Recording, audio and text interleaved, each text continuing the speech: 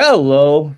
Welcome to the best podcast ever created, That Dude Podcast with me, Tom Byron, your host.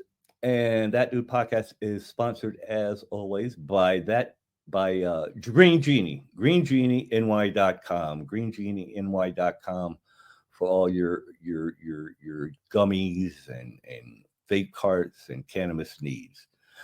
My guest is someone that the OnlyFans generation may not know, but I've known him for a long time, and let's figure out who this guy is to introduce him to all the younguns out there. Ladies and gentlemen, Mr. Gene Ross. Hey, Yeah, Gene. I mean nobody can even relate to the 1980s. I know. Back when we were big shots, man. And now look at us. We're just old Ah, men reliving the glory days. we're just two old guys trying to get by. That's all. So let's tell the story of Gene Ross a little bit. As people back then would know, you were like at AVN for many years. You were what the senior editor. What was your official title?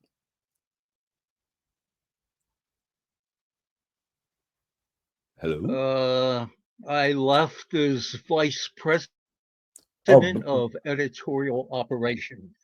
okay. Now that started in Now, how does that Philadelphia. grab you? Not just an editor, not the chief editor, but the Vice vice Vice president. President, kind of like Kamala Harris. You were there for all the big decisions. Yeah, Yeah. I was the male Kamala Harris of a. And Paul Fishbein was the Joe Biden. I mean, I Or like he was Paul. Joe Biden. Yeah, he was Joe Biden. Yeah, I mean, I like Paul, but he's kind of condescending little prick. You know what I mean? Well, I could tell you stories to change your mind, but Yeah. Let's tell those stories. In 2000, you left AVN and came over to Extreme Associates, my old gang. Wow, absolutely. your connection's kind of shitty, but it's not the In worst. fact, I remember the night that prompted it. You had called me on the phone. Mm-hmm.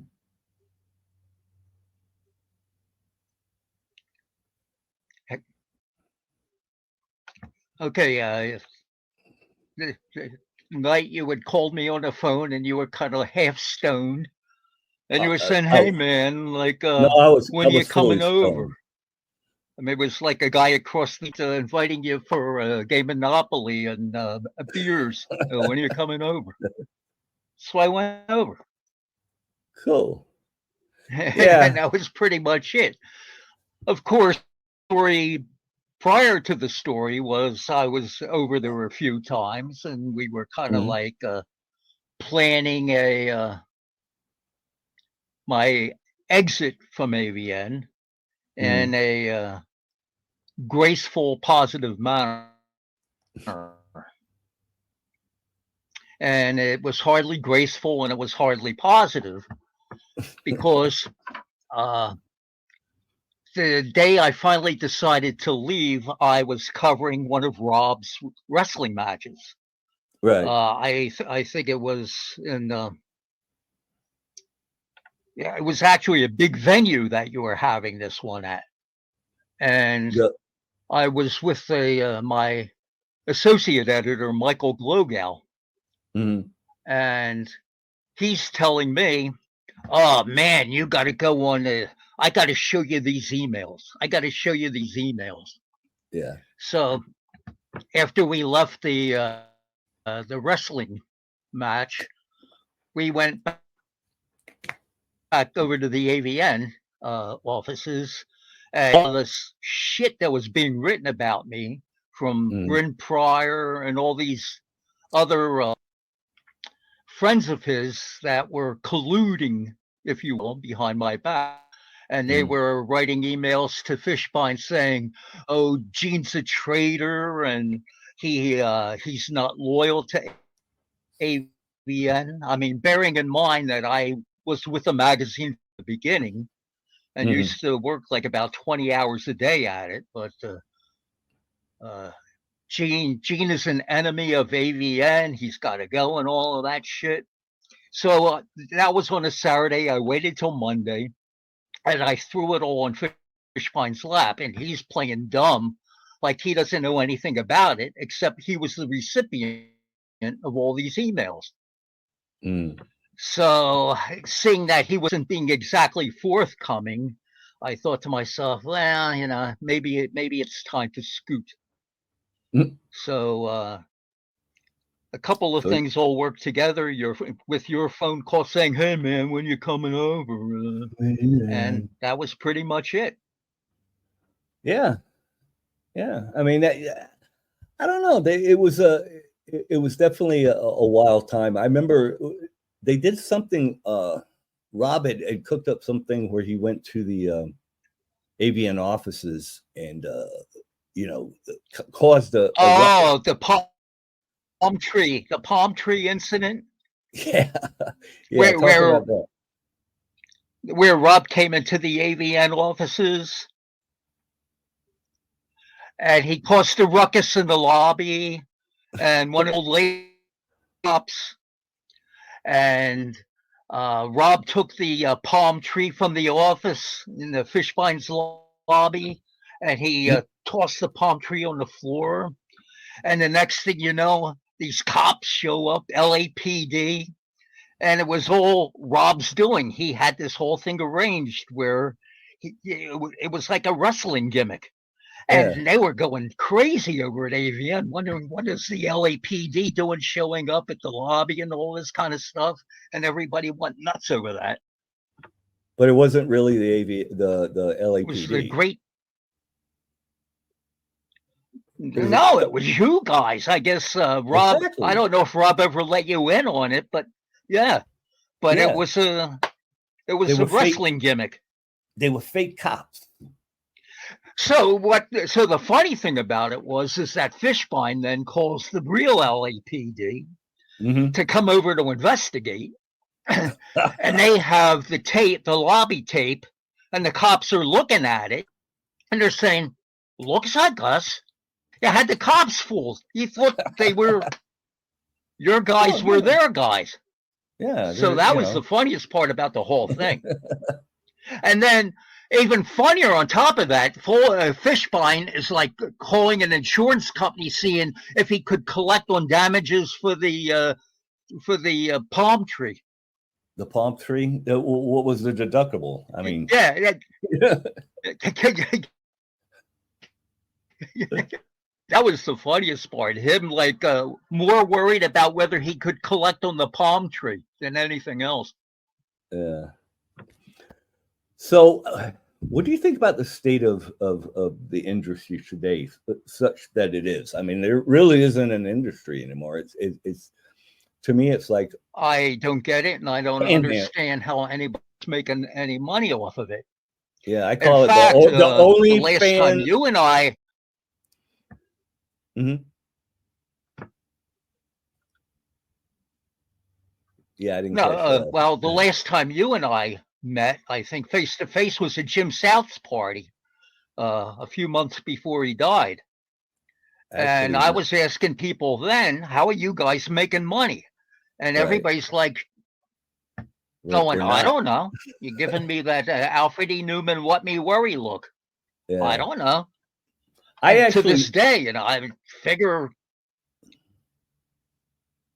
I know it's just we're just all resting on our laurels, enjoying the glory days. I mean, that's basically why I started this podcast, just so we could talk about the glory days of the industry, and talking to some other interesting people. But But at least back then, you could keep an eye on things. You could keep a handle on things. You knew that Wicked Pictures, they were putting out this movie. Vivid yeah, was putting out this movie. movie. Yeah. You knew what the state of everybody's just dropping scenes. That's what they call Yeah. it now, dropping scenes. Content. That's it. We went from adult So films to content. yeah, By the way, that Jim South party that you mentioned, which I wasn't there. I was in New York. My biographer, Mike you Sater, weren't was at there. South's party. I could. I wasn't Oh, there. I I talked to wish I'd your have gone. autobiographer. Yeah, you talked to Mike. Yeah,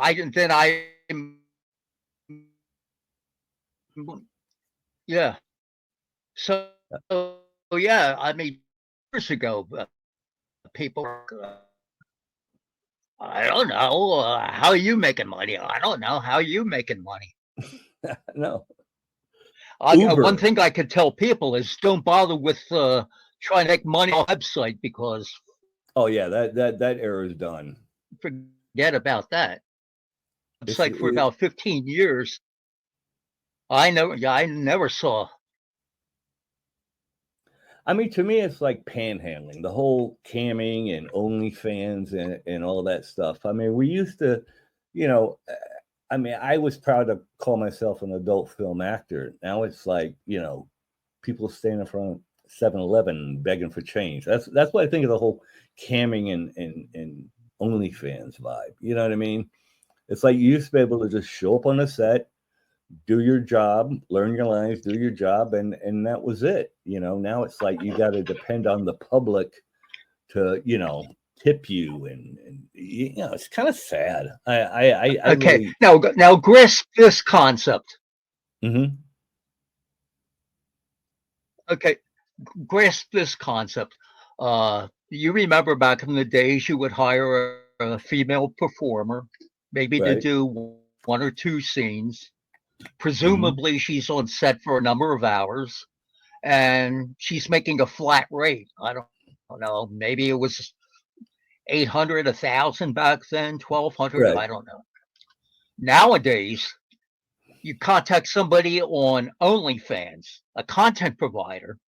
Right. Oh, could you do me a 10-minute custom video? Oh, sure, babe. $1,000. $1,000 for 10 minutes worth of work. That's where it's come down to. You know what? If they can get it, more power to them.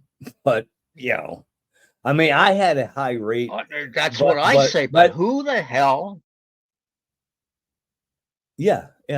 Well, you know what? There's got to be somebody paying for something, because I mean, the OnlyFans owners are making millions of dollars. I mean, billions. But yeah, I mean, it's I don't know. I don't like interacting directly with fans anyway, other than going to a convention or going to a, you know what I'm saying? I'm not the guy that, like I'm going to jerk off in front of some guy. I'm not going to do it. It's just not my vibe, man.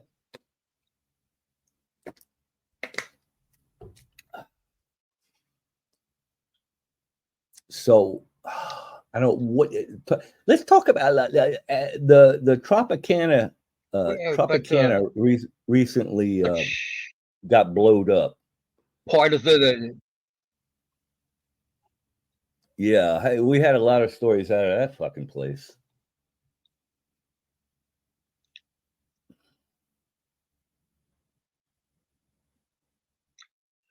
So, which would you find more interesting, talking about the days of Extreme or the days of AVN? Now, I remember Extreme. That place was insane. It was a lunatic asylum. Oh, it's definitely. I mean, yeah. You had guys like Zupko, Kid Vegas, August Arkham. I mean, just a weirdo bunch. Yeah, that guy, August Arkham. I mean, every day was a lumber. It was another one. Yeah, August Arkham. He had sent us a letter, and it was like the most bizarre letter in the history of letters. And we actually flew him out to California from, I think, North Carolina or something. Yeah. Based on this one letter. That's what got August Arkham in the door. Yeah, No, he was. no, I think he was like a graduate of Duke University. He had like Oh a yeah, real academic background. actually, I think it was Dartmouth. But yeah, he was. But you He know was a how he fit in with that bunch of misfits. yeah, good old architect. He's an artist actually. He actually did a portrait of me. He might have done a portrait of you too, because he was into like doing portraits. But I haven't heard anything about that guy in years. Zupko, I hear, is now an evangelist, because he used to do all this. That would figure. Yeah, yeah. I Because mean, he used. I mean, you got Jenna Presley. She's now an evangelist. You got Mhm. Rocco Reed. Remember back in the day how Rob would rip on Rocco Reed on his internet show and Yeah, talk about the crossover yeah, guys and all of yeah, that stuff. And yeah. I know he found God. I actually follow him on so, Twitter. Just I like you Rocco. know, there's probably money in that. So, Well, you know what? Praise Jesus. Let's line up. Where can we get in on that dollar, hey, Gene? make a We could be living any way you can. exactly. Huh? So yeah, the good old Rocco Reed. I liked him. Who else found God? I don't know. Let's see. Yeah, you know, this is kind of funny. You interviewing me when I spent most of my time at I Extreme know. Associates interviewing you. I Remember, know. every other day you'd be in my office and we'd be talking about your latest project. Yeah, yeah. Well, maybe you should interview me. What do you want to know? So actually, you wrote your own book back then. Yeah. God. Sometimes I think I'm so past that in, and then I find myself now on Facebook doing exactly what I swore I wasn't going to do anymore.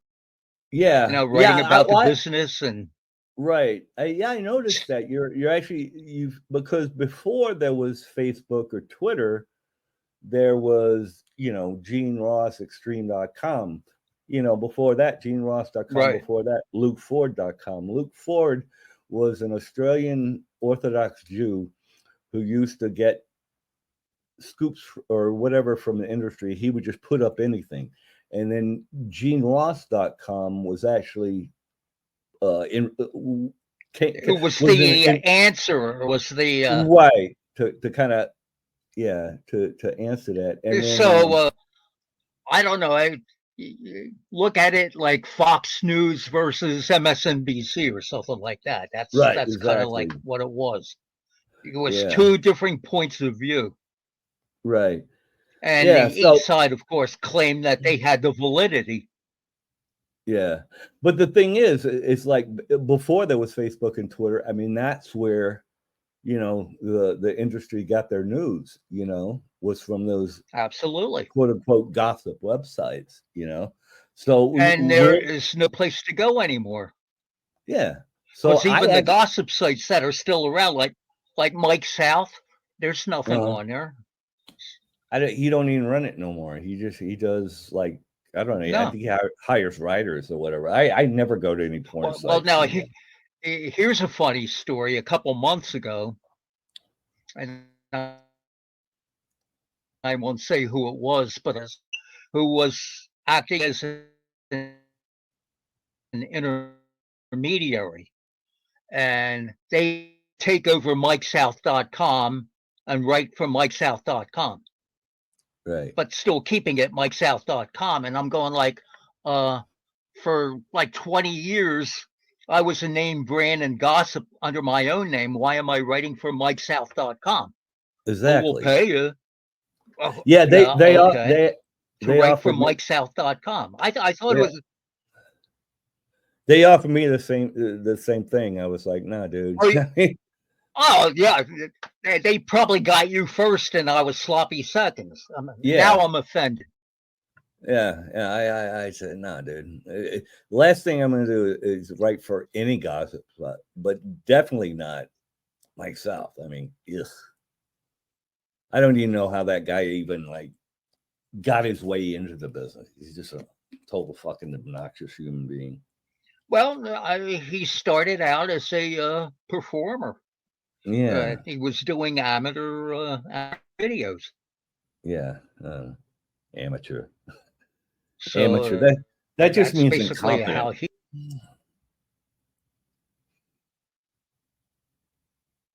And It was just another site you could see like, oh, did he get something I didn't get? I yeah, mean, granted, I'll give him 1 ounce of credit. He kind of like jumped all over the Mr. Marcus story back when we yeah, had the syphilis outbreak in the business. He yeah. I was all remember over that. Marcus's case for like months. Yeah, that was kind of fucked up, dude. I mean, anyone that shows up on set with any kind of STD, that's just so. It's like, dude, really? And it was obvious STD. It was like big white spots all over his fucking dick, you know, and they're taking pictures of it. It's like, dude, really? See, and now he is so controlled, you don't hear any of this stuff. I mean, Yeah. it's really under control. Well, lock and key. Well, that's why I'm glad you're So doing the thing that on, was on my other Facebook. reason. I'm glad you're doing the thing on Facebook because there's nothing interesting on Facebook Anybody anymore. and ask questions that should be asked. Exactly. Yeah. But on the Facebook, are you So signed up? my Do you get? my personal bugs are with Pornhub and Oh yeah, OnlyFans. yeah. Now on the Facebook thing, are you signed up so you get money for that? Because I signed up and I made three No, dollars I don't last. get a dime. A lot of people think, oh yeah, You Gene, you're should, doing this for clickbait. Yeah, dude. You should set it up because I made $3 last month, three whole dollars, and you post a lot more than I do. There's a way to get paid for all holy that stuff on shit! Facebook. Yeah, man. You could get paid for all Wow. that. Yeah. I mean, now when you mention that, I mean, but is that after taxes or is that before taxes? I think it's after. Yeah. Like I said, I use it very rarely, but I know, some people, that's what they call it, engagement farming. So they make a bunch of posts and they reply to a bunch of posts and you get money. You make money off that off Facebook and off Twitter too, but Well, Facebook is I got to thank you for one thing because when you put up when you put up that announcement that I was going to be on your show, I mhm. mean, dozens of people literally came out of the woodwork that I hadn't even heard from. Yeah. So if Yeah, they learn like now that I've got the Facebook page, at least. yeah, man, go there and set that up so you can get paid for that because you can, you know. I don't know. It's probably not anything substantial, uh, but at least set it up and give it a shot. You know. yeah. Here am I Well, giving? I do it for fun. Yeah. No, I get it. I get it. I mean, that's you got to have an outlet. I mean, I'm the same way. I still edit. I edit boxing for Boxing Insider Promotions. I still edit XPW. So I need that creative outlet. And I got to imagine writing is sort of like something that kind of is your creative outlet. Well, 'Cause I yeah. mean, For anything else, it keeps your mind active because you're yeah, always exactly. formulating Hmm. Yeah, I mean, you've been what you're. you- you've always So been a journalist, right? it's A reporter. it's kind of Go an go. ongoing. Yeah, you have the Absolutely. you have the worst connection, dude. I mean, I'm trying to get everything, but you're like Yeah. freezing Well, up it's my first job was in as a newspaper reporter. right, right. Yeah, I remember you talking about that. Were you like in sports or entertainment or what kind of genre were you reporting on? Was What genre? my only Which? regret is that I didn't take journalism further because I was offered an opportunity to be a sports writer in Philadelphia, Oh, covering right on. the Phillies, Eagles, and 76ers. And Yeah. and I was a young guy at the time, and I just didn't have that. Every writer has a voice, Right. and I hadn't found it yet. I was still experimenting, figuring out what was the best way, how was the best way to write this, write that. So I Right. studied a lot of different writers, sports writers Mm. at the time. Uh, and Philadelphia was just populated with tons of them. Everyone from Sandy Grady, George Casada. Philadelphia just had in the sports arena, and that was the other reason why I kind of like had trepidations about going in it, because I would be competing with these guys. Right. And I'm thinking, oh, Jesus, I'm like 22 years old. I'm going to compete with these guys on that level.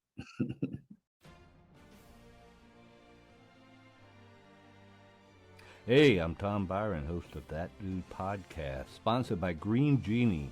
Your wish is my command. How good are Green Genie gummies? Let me tell you, Green Genie gummies are so strong they will quickly turn this dude into that dude. So go to greengenieny.com. That's greengenieny.com. They got gummies, they got chocolates, they got cooking oil, everything to help make America stoned again. greengenieny.com. Go now.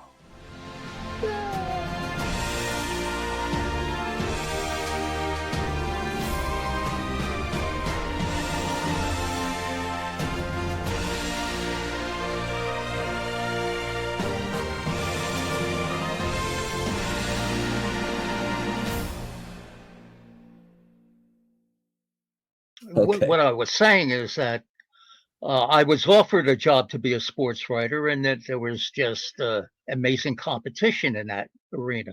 A lot of Yeah. big name guys who, like Larry Merchant. I mean, you would see him on Yeah. HBO announcing pay-per-view boxing and like that, and stay big name at the time, and 2-year-old kid. What did I have to offer?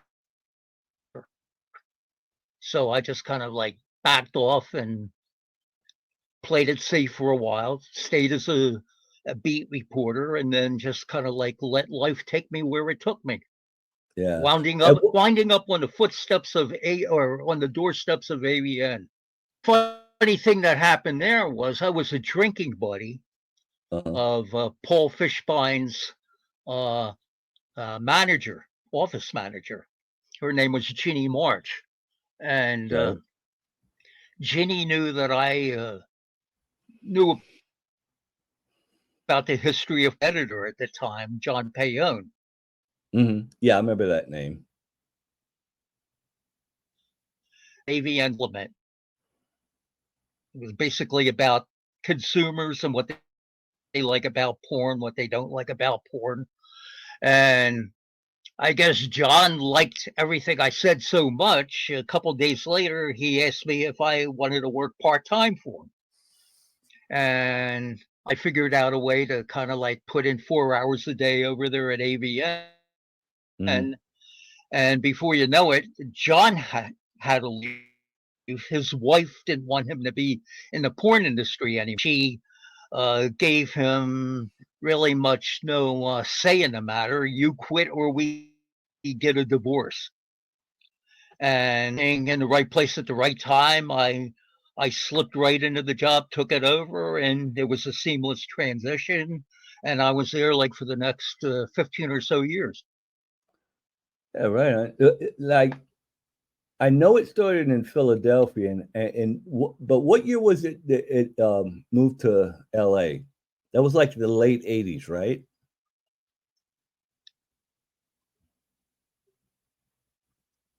Well, I went with AVN in 1985, Right. And and then, that's when I was freelancing for him. And then right. I took over as editor of the magazine like in '86. Mhm. But then you started in Philly and then moved to And LA, the right? interesting thing about all of that is that, well, we almost never made the move because Okay. Repeat that. It he had froze up. made this, and then he had to sign a distribution deal with a magazine, and it wound up costing him to print a number of magazines to go newsstand. So a Yeah. newsstand, and then almost went out of business. Wow. Oh yeah, I And remember then that. we had to figure out ways over the next couple of years to recoup the losses. Yeah, I remember that So the it was first. pretty much filling up AVN cover to cover under Mhm. different aliases and things like that. Yeah, I remember the first cover had So it was Kylie by Ireland, I think, '91 on it. that was, so we got out of the hole. Oh, that was that was 6%. That was another magazine that we had tried doing, Right. which was like of National Enquirer and Mhm. Yeah, because Porn Review, and that to me was a travesty, a debacle. yeah, because I guess Kylie had Didn't work. some kind of sex That scandal or something with. Am I with Michael Jordan. right. And Yeah, that was the big see, launching point of that see, magazine, like, I think. yeah, no, she was on Stern talking about it, that type of Right. thing. And unbeknown to me, I guess there were things going on in the background where Michael Jordan's lawyers came after Fishbein or whatever, and pretty much put the kibosh on that magazine. Wow. Now, supposedly all the I's were dotted and the T's were crossed, and Clyde DeWitt, you remember him? Yeah. He was R.I.P. he, he was the legal advice at the time, and everything seemed to be going good, and until a phone call came from certain people, and that was the end of that. Yeah. I don't know, the celebrity scandal type thing, I don't know, I'm not a big fan of that, running through the press if you had sex with somebody in I've like the whole Stormy Daniels The thing, thing man, you I'm got not a fan of that thing. now was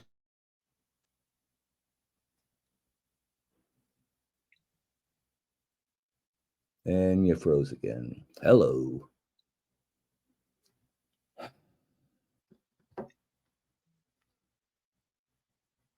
Alright. Are you talking? I can't tell. Hello?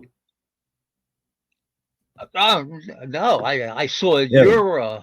your thing freezing up, so I didn't. Really? Huh. That's bizarre. I'm not So freezing up at all yeah, on my end. so Okay. we tried a number of different things. Okay, so when we first moved out to California, we tried another angle. It was Fishbein's answer to LA Express. It was going to be another hooker rag, but Mhm. with the tabloid. But the worst thing was is that budget was non-existent, Right. and we had to print on the cheapest pop, and the results were horrible. And that experiment lasted for about 4 years, or 4 issues, and that was over and done. So Yeah. I could say there was about like 3 or 4 different business opportunities that just never avail themselves. I think AVN tried going on the newsstand on 3 separate occasions and floundered each time. So Yeah. Yeah. Fishbein, in a sense, struck lightning with AVN as a trade publication. Anything above and beyond that, forget about it. Yeah. I mean, it was, it was an important part of the business in And it, then in that people could advertise their products and read about themselves and stuff. So, I mean, it was, it definitely had its time and place. But I mean, now I don't know what's going on in the industry anymore. I'm just, on the outside looking in and going like, well, it's it's all about personalities, and everybody is an individual content provider, and yeah, everybody is their own little has their own little bailiwick or their own little PR to essentially have to follow every performer that's going on in it. Things right. like contract girls. Mm-hmm. There's no guaranteed money in that if you're a wicked girl, you get X number of dollars Yeah, uh, to do 3 or 4 movies a month, or being a vivid girl, the same type of thing. It's just not that way anymore. yeah, So everybody's got their own little hustle. They're on social media promoting this and this and that. And yeah. I, But I can't see any improvement being done now. So it strikes me that this is the way it's going to go on forever and ever and ever until somebody reinvents the wheel again. right. But you know what? We had a good run, and I definitely didn't appreciate it as much as I do now. How just See, amazing I our lives think were. see, I think the big mistake was putting the word out there that everybody can get into the business.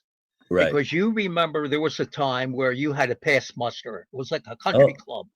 You oh couldn't yeah. even think about starting a video company unless you got the papal blessing from Reuben Sterman. Yep.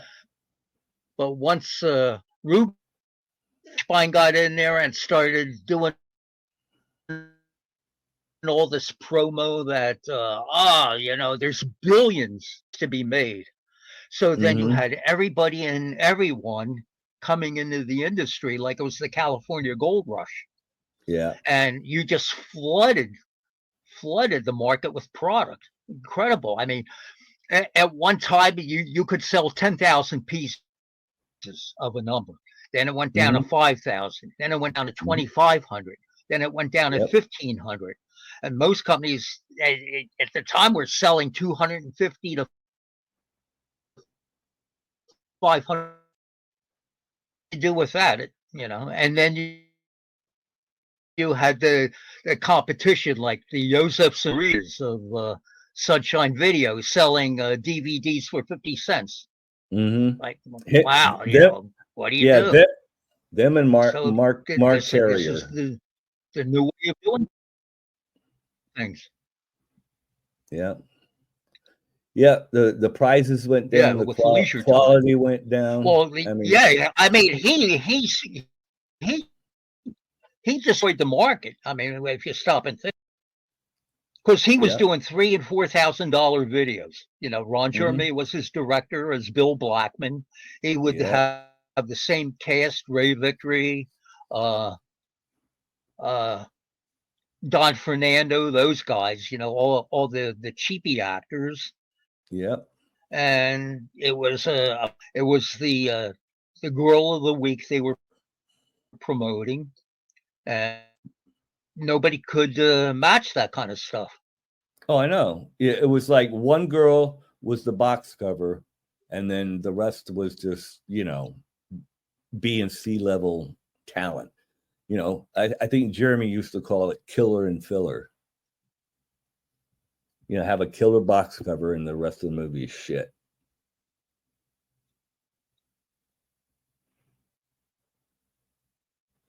Yeah, that's all it was about, the killer box cover. No, Yeah, nobody cared about what the contents were. It's right. just that if you had a good-looking girl on the box cover, that's what sold the movie. Mm-hmm. I So it don't know. had to be frustrating for other companies who were actually putting a few dollars in. But then you had the cable programming, like the erotic network coming along, Mm-hmm. and buying product for that type of thing. So that became uh, a saving grace source of revenue, so to speak. But I don't Yeah, even know what that business is like anymore. I don't know if exactly. there's Yeah, no, we did good even business if you with the go to a Disney. hotel room and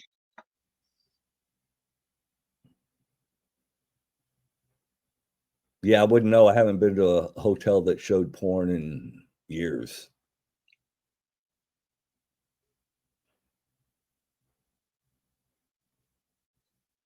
yeah. In fact, I learned a lot how to write scripts for a lot of those movies, Right. and there was a formula that yeah, you had to have like a girl have her clothes off within 2 minutes of the opening of the movie, or else you would lose your customer or that type of Yeah. thing.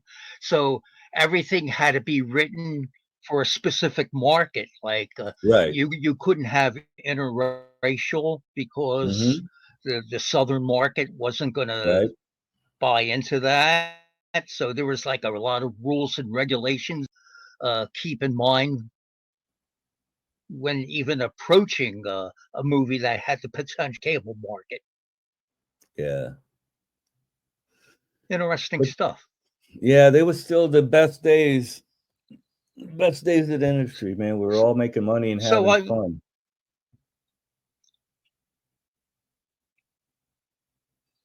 yeah, and even then, I mean, you didn't have the number of performers that you had now. I think you used to be 70 South and Reb were the two agents. Yep. That was it. Yep.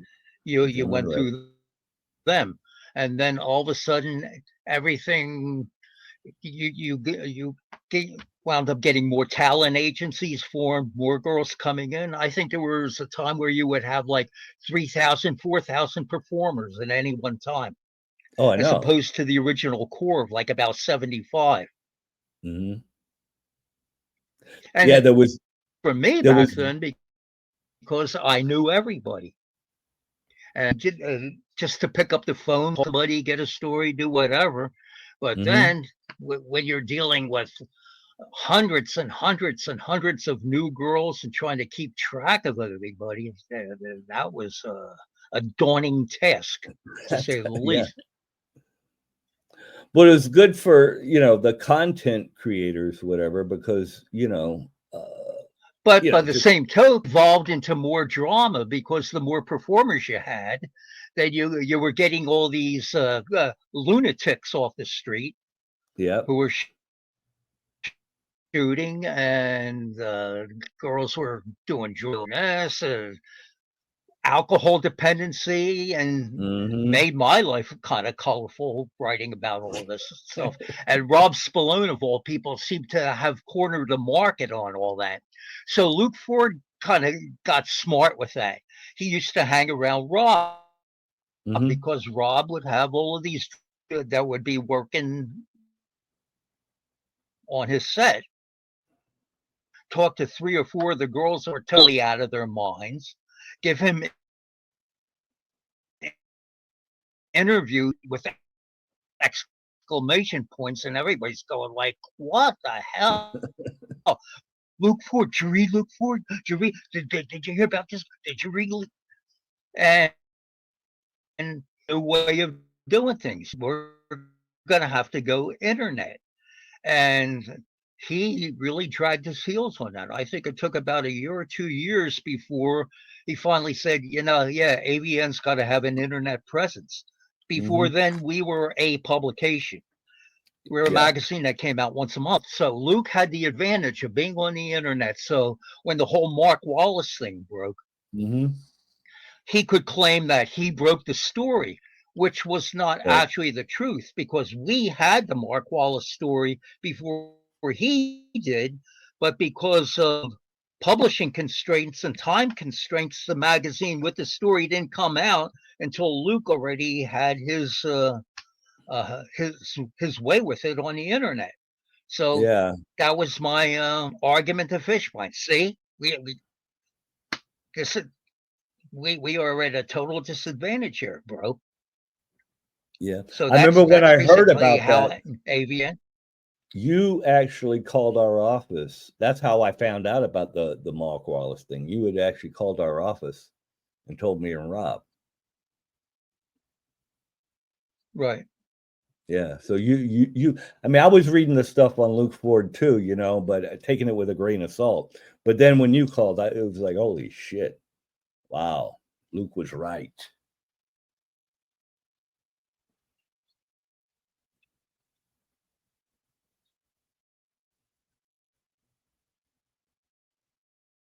Yeah, I think the point where nobody gives a shit anymore. I mean, we Right. don't even talk HIV like it's I know. It's like, oh, like a take a problem or something that could possibly bring down a business. It's just not there. It's not talked. yeah, now it's like a Probably thing doesn't exist. I don't know. you take a pill and you're good. Yep. Yeah, but you remember when all of that happened? It just, like the next thing is like Barbara Dolph, and it was this. We were Mhm. having town hall meetings in the industry, and Yeah. everybody was having their say. I mean, you remember those meetings Mhm. where you would try to get up and have your say, and then some would try talking over you, and Oh, yeah. it became yelling and screaming matches, and nothing ever accomplished. Yeah, But I that was the remember. industry. That was the industry on all fronts. I mean, it could never agree on anything. Right. Hmm. All right, we're about to wrap this So, up. but I always said, like for me, Extreme was the best days that I ever spent Yeah. in the industry, being over at Extreme Associates. There wasn't a day that didn't go by that I wasn't on the floor laughing my ass off, rolling over. There was just so many histrionics and absurd shit going on that nobody could ever possibly believe it. I If there's know. ever a movie to be made about the porn business, it would have to be those years at Extreme. Just Yeah. unbelievable. Yeah. It was definitely a good time. And the funniest thing is like you were the biggest internet mark. I mean, the whole thing Oh, about yeah. where's Tommy? Oh, he's on the internet, man. He's like on a gossip site. I know. I should have started a Twitter or a Facebook or something. As much as I was on the fucking computer, but I don't know. I'm still like I go on Twitter and Facebook and Instagram now on my phone.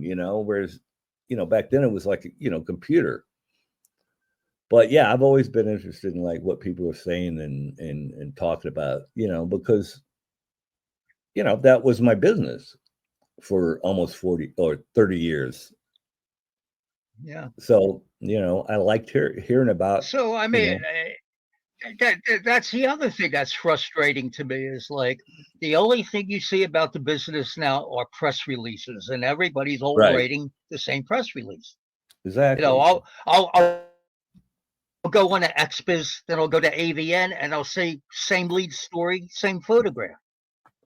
Yeah. I don't even go on the sites So anymore. what I try to do now is I figure out a way, a hook to take what they said and make a story out of it. Right.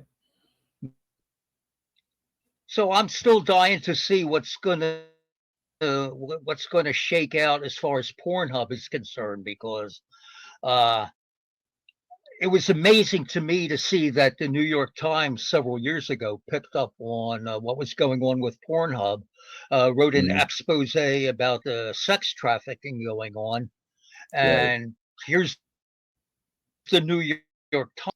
It resulted in what is still actively about 120 class action suits that are going on against Pornhub.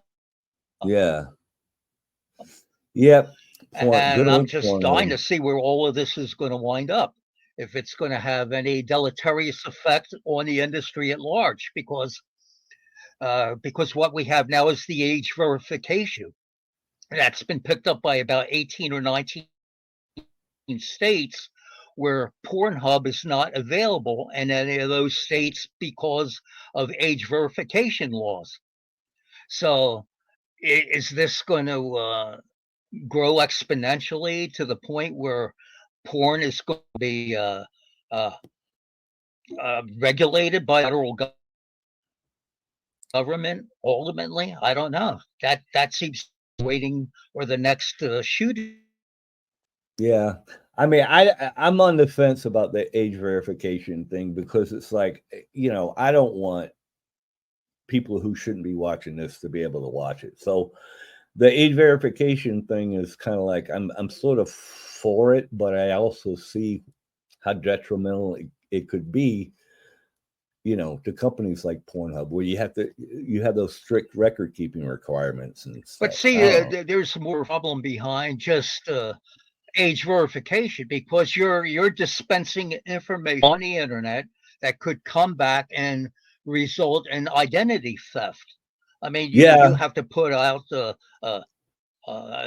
document, a driver's license, something, and sooner or later somebody's going to steal your identity, yeah, and yeah. that's That's the bigger problem than just the no, saying you're it's 100% a free right. speech issue.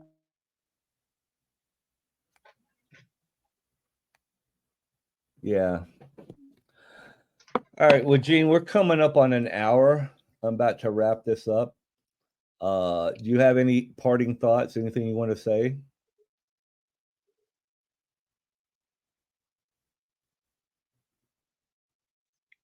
Well, I I I'm trying to keep everybody abreast attuned of current developments and Hmm. thinking on the industry. And if they learn something, or if they're able to go down memory lane and have a, a smile on their face saying, "Oh yeah, I remember that girl. She worked back in for this company back in 1986, and I was her driver." It prompts a thought that they can throw in and add on my. I'm happy for that happening. So I'm gonna Yeah. just keep that up and see where it takes me. Because Yeah, I have definitely. been thinking about the uh, starting up another website or a blog, and I'm just kind of like on the fence with Yeah. that right But now. look into the monetization on Facebook, because you could get paid. Not, I don't know how much, but worth a shot. Yeah, the money thing. Yeah. Yeah. But money's Yeah. good. I like money. Hey, I All right. could always use that extra $3 a month. Oh, fuck yeah. It comes in handy. Yeah. It's a, pack of gum. I don't know. Anyway, it was nice talking to you after all these years, Gene, and we will talk to you. Uh, we'll talk to you Nice again. talking to you as well. I mean, it's been a little bit like broadcasting from the For moon because cleaning you're, up all the little bugs and all this. yeah. Well, I don't know about that, but nice to talk to you, Gene. I'll talk to you soon. Oh, okay. Sorry about all the audio feed issues, but hey, it is what it is. Don't forget, go to my sponsor, Green Genie, greengenieny.com. That's greengenieny.com. And Yeah, man. We'll see you next week. Oh, next week we got a good one. It's with Alexandra Silk and Luke Wilder. So I will see you next week.